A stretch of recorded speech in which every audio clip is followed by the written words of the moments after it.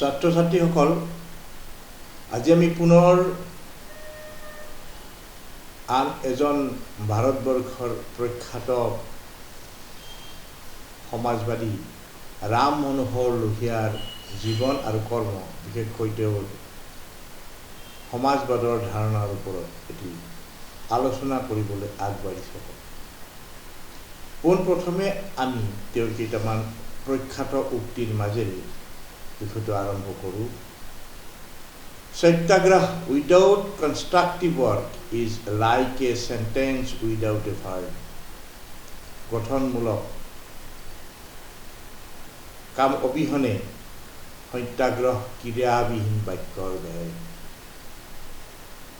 লোহিয়াই কৈছিল, life communities don't wait for 5 years the term of the parliament। জীৱন্ত সম্প্ৰদায়সমূহে 5 বছৰ সংসদৰ কাৰ্যকাল অপেক্ষা কৰে।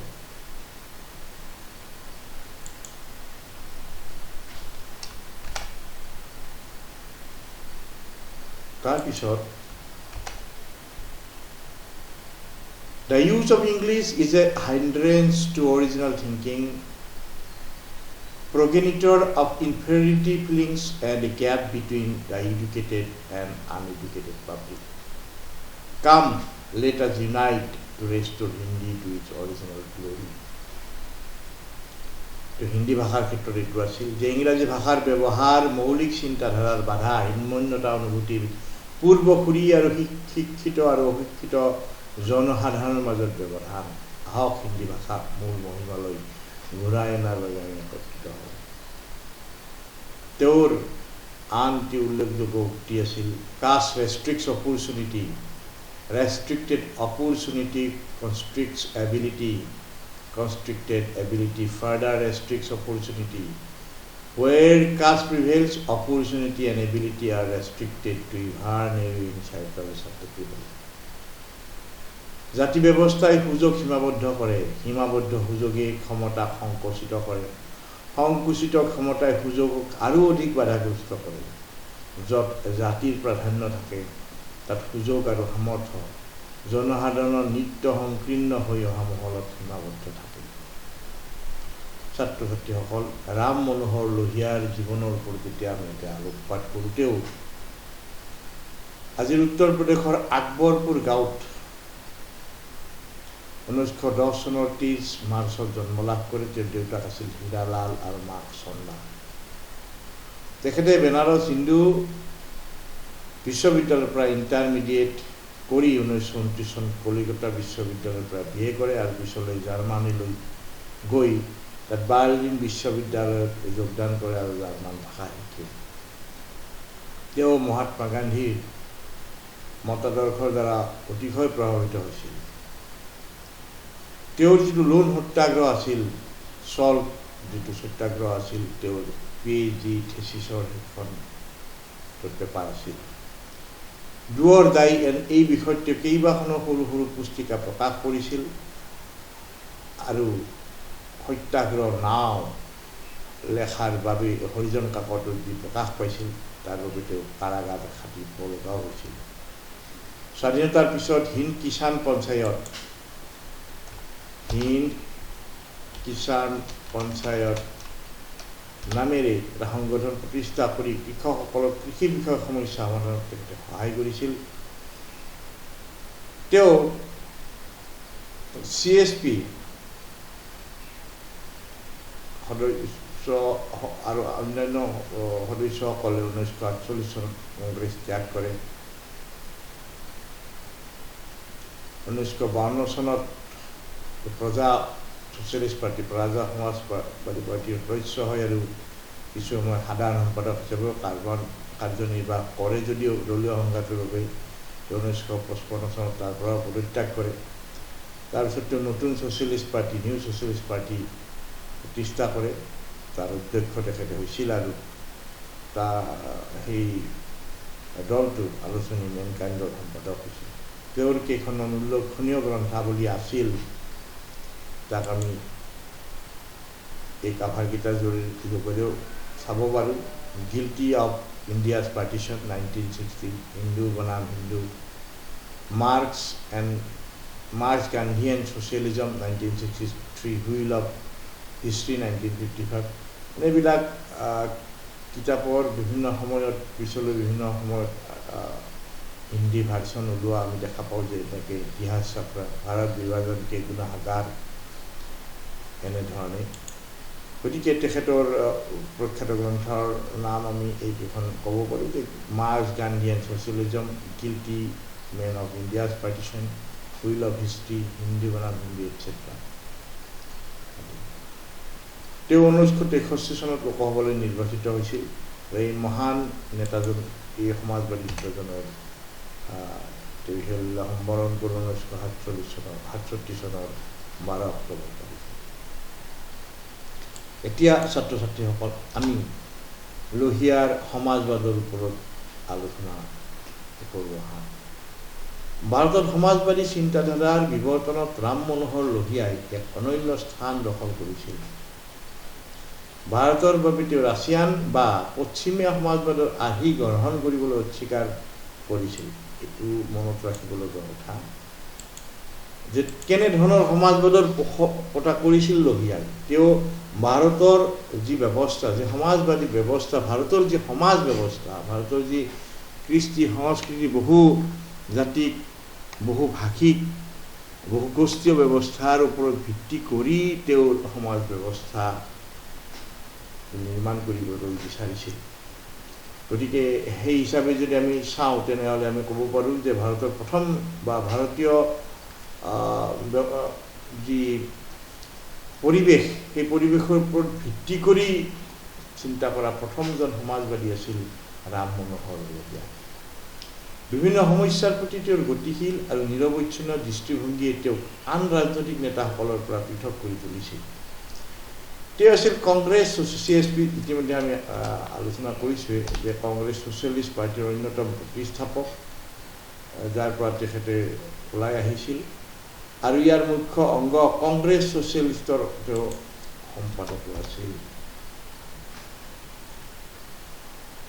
এতিয়া তেখেতৰ ওপৰত কাৰ প্ৰভাৱ পৰিছিল আমি নাম ল'ব পাৰোঁ। আচাৰ্য নৰেন্দ্ৰ দেৱ, অচ্যুত বৰ্ধন, জয়প্ৰকাশ নাৰায়ণ, অশোক মেহতা আদিৰ লগত তেওঁ সমাজবাদী মতাদৰ্শৰ বিকাশ ঘটিছিল।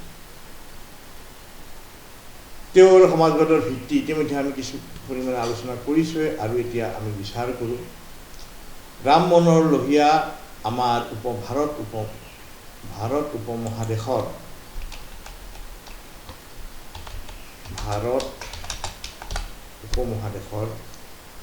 জনসাধাৰণৰ আৰ্থ-সামাজিক উন্নয়নৰ সৈতে সম্পৰ্ক ৰাখি নতুন নীতিৰ উন্নতিৰ ক্ষেত্ৰত অগ্ৰণী কাম কৰিছিল। ব্যক্তি স্বাধীনতাক আক্ৰমণ কৰা সকলো বস্তুৰ বা বিষয়ৰ বিৰুদ্ধে তেওঁ বিদ্ৰোহ কৰিছিল।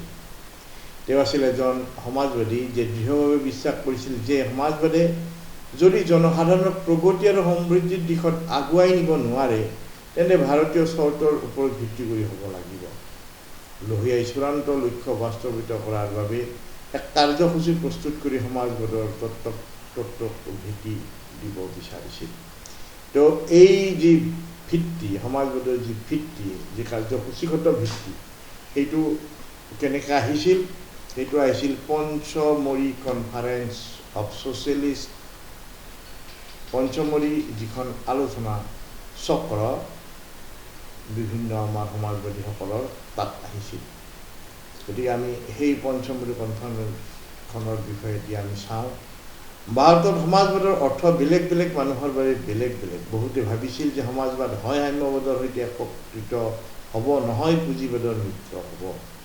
এনে সকলো ভুল ধাৰণা আঁতৰাবলৈ লোহিয়াই তেওঁৰ সমাজবাদৰ মূল ভেটি স্থাপন কৰিছিল। 1952 চনৰ মে' মাহৰ পঞ্চমৰী সমাজবাদী সন্মিলনৰ সভাপতিত্ব কৰাৰ সময়ত। এই বিষয়টো সৰু প্ৰশ্ন হিচাপেও আহি যাব পাৰে, গতিকে আমি এইটো নোট কৰি ল'লোঁ। নতুন সমাজবাদী তত্ত্বৰ মূল প্ৰস্তাৱসমূহ এনেধৰণৰ আছিল। প্ৰথমতে পুঁজিবাদ আৰু সাম্যবাদ দুয়োটা কেন্দ্ৰীভূত ক্ষমতাৰ ওপৰত ভিত্তি কৰি গঢ় লৈ উঠিছে, যি সমাজত আমূল পৰিৱৰ্তন আনিবলৈ সক্ষম নহয় বা উৎসম। দ্বিতীয়তে পুঁজিবাদ আৰু সাম্যবাদ উভয়েই উৎপাদন পদ্ধতি, একেটাতে বিশ্বাস কৰে। ইয়াৰ মাজত পাৰ্থক্য মাত্ৰ এইটোৱেই যে পুঁজিবাদত লাভ কিছুমান ব্যক্তি বা গোটে পায়, কিন্তু সাম্যবাদত কোনো ব্যক্তিগত লাভ ব্যৱস্থা নাথাকিলেও এটা কেন্দ্ৰীভূত শক্তিয়ে এই লাভ পায়, যাক শ্ৰেণী বা দলে লাভ একচেটিয়া কৰি ৰাখে। সমাজে বাস্তৱত অৰ্থনৈতিক, ৰাজনৈতিক আৰু ব্যক্তিগত স্বাধীনতা লাভ কৰে। গতিকে পুঁজিবাদত যদি কেইজনমান ব্যক্তি লাভান্বিত হয়, সেনেধৰণে সাম্যবাদত এটা গোষ্ঠী বা এটা কেন্দ্ৰীভূত শক্তিহে লাভান্বিত হয় ইয়াৰ মতে। তৃতীয়তে, যদি আমি কমিউনিষ্ট দেশ আৰু তথাকথিত মুক্ত গণতান্ত্ৰিক ৰাষ্ট্ৰসমূহক চাওঁ আৰু জনসাধাৰণৰ প্ৰকৃত অৱস্থাৰ বিশ্লেষণ কৰোঁ, তেন্তে তাত ই একেবাৰে স্পষ্ট হয় যে দুটা সামাজিক ৰূপান্তৰ হয়।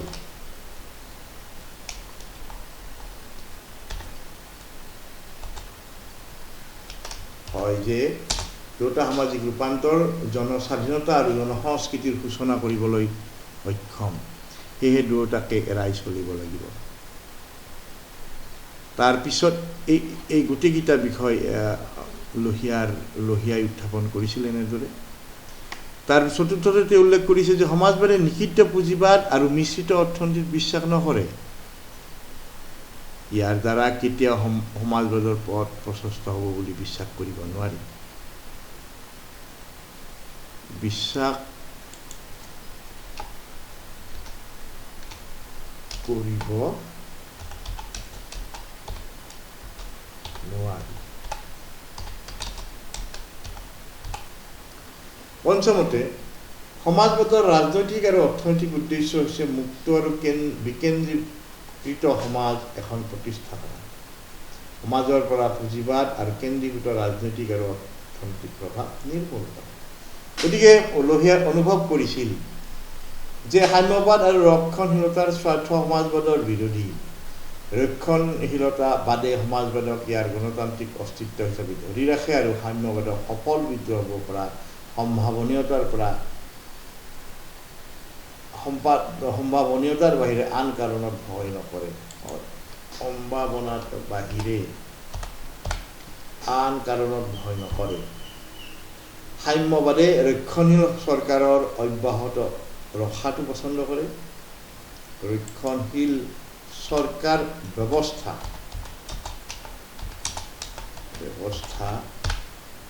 অব্যাহত ৰখাটো পছন্দ কৰে আৰু সমাজবাদী দল এটা কাৰ্যভাৰ চলাই থকাটো নিবিচাৰে, কাৰণ তেতিয়া ইয়াৰ বিদ্ৰোহৰ সম্ভাৱনা ম্লান হৈ পৰে। যেতিয়ালৈকে সাম্যবাদে সফলতাৰে বিদ্ৰোহ নকৰে, তেতিয়ালৈকে এই বৰ্জ্য শ্ৰেণীক সমৰ্থন কৰা এক মতবাদ।